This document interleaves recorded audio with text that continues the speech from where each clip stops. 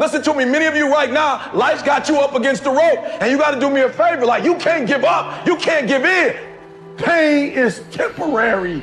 Pain is your friend. Pain is going to take you to the next level. When you going through pain, I know what you feeling. I know exactly, because I've been there. I've done that. But you got to work through it. And the reason why most of you are not successful is because every single time stuff not going your way, you give up, you quit, you let go, and people feel weakness. They feel it. You can feel when somebody's not committed, when they're not all in, when they're not dedicated. And there's another level you get to when you go all in. Winners win and losers lose. There are going to be times that you're going to be wondering, why should I keep showing up and work for my business? Why should I keep at it?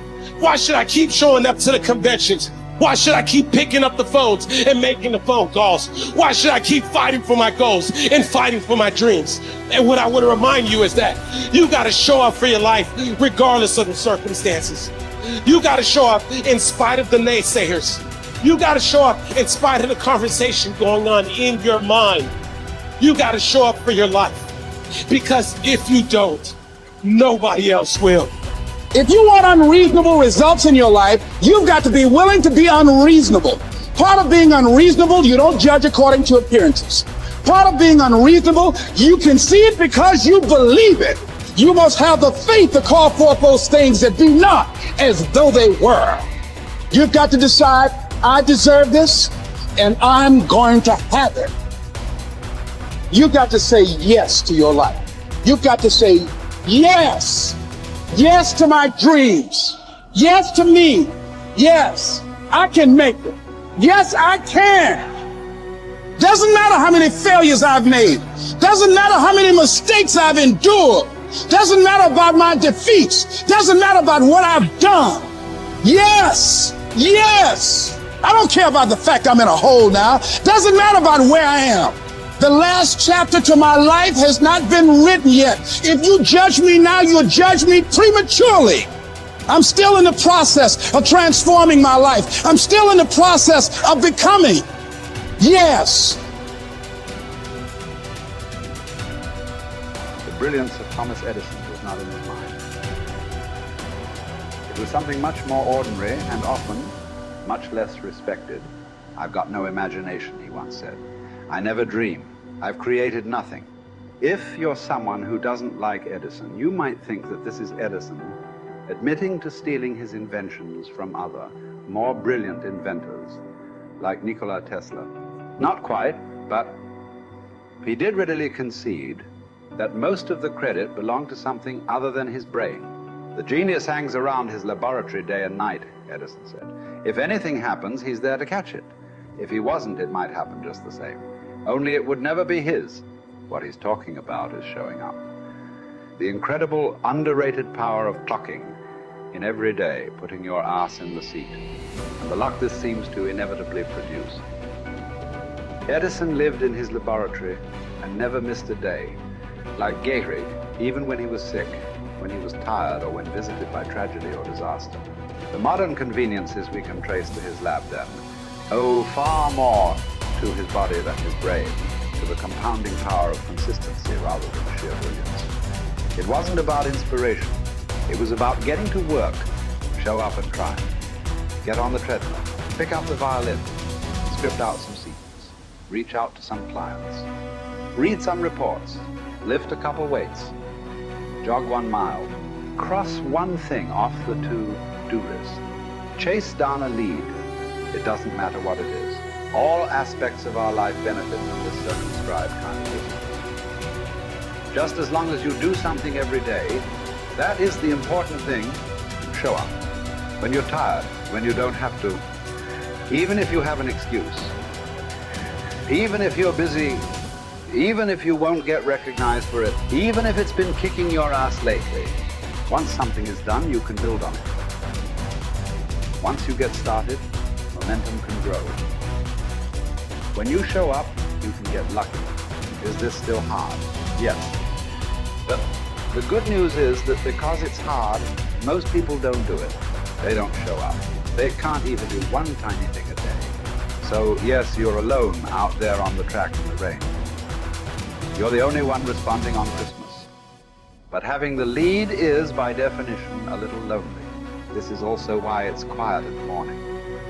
You have the opportunities all to yourself. Don't worry about setting any records. Just report for duty. No excuses. And here's the irony. This is also a way to break records.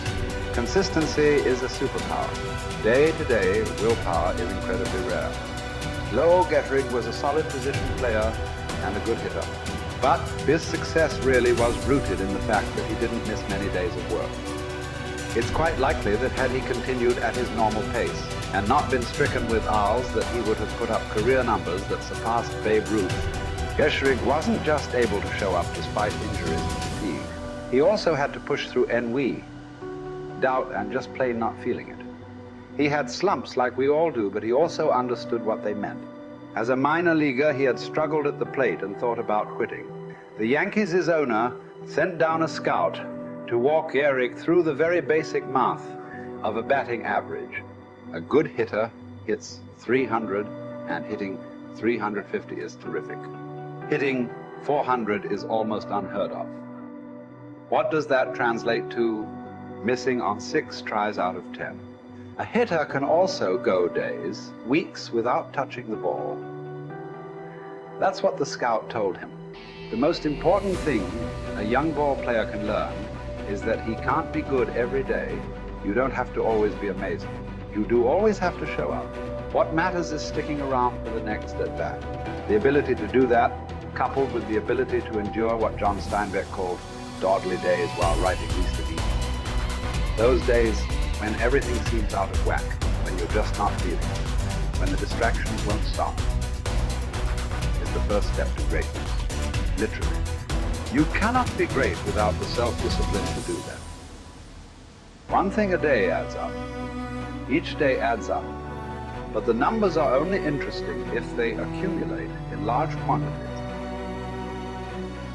You guys that are just getting started, you're not going to start right here. You're going to start down there, probably in another city, another town. I grew up in Lake Charles, Louisiana, no money, raised by a single mother. I was in debt at 25 years old. First thing that I had to do in my life was not learn a new skill. First thing I had to do to get my life moving in the right direction was self-development. It is vital. It was vital for me that I improved myself and I could start depending upon me. I had to show up every day with some rituals, some disciplines, and start getting myself to trust me, not trust others, but trust myself to do the right thing every day. One of the things that I started doing was beating the sun up every morning. I'm going to beat that sun up every morning so that I have the discipline and the control over my life. So I knew, hey, before that thing pops, I'm going to pop. I'm going to get out of bed, depend on myself, get up at the same time every day. And for me, that time, regardless of where I was beat that sun up. No matter where I am, I'm going to beat that thing up. So it gives me a sense of control over my own life. Second thing,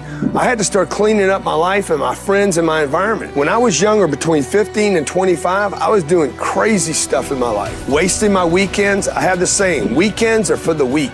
I was drinking, fooling around with a bunch of bad things, bad people. At 25 years old, I cleaned it all up. Quit going to those places. Quit hanging out with people that did not have ethics and discipline in their life. I wanted to build something in my life. I wanted to become someone. And to do that, to become someone in the eyes of the world, just beating that sun up every morning gives me the sense of accomplishment, that I did what I said I was going to do, that I woke up when I said I would wake up, and I start building respect for myself, start believing in myself so that I can go out into the world. And maybe today when I go into this meeting that I'm dressed for, they'll believe in me as much as I believe in me, and that'll show up in a contract, a deal, maybe even some money.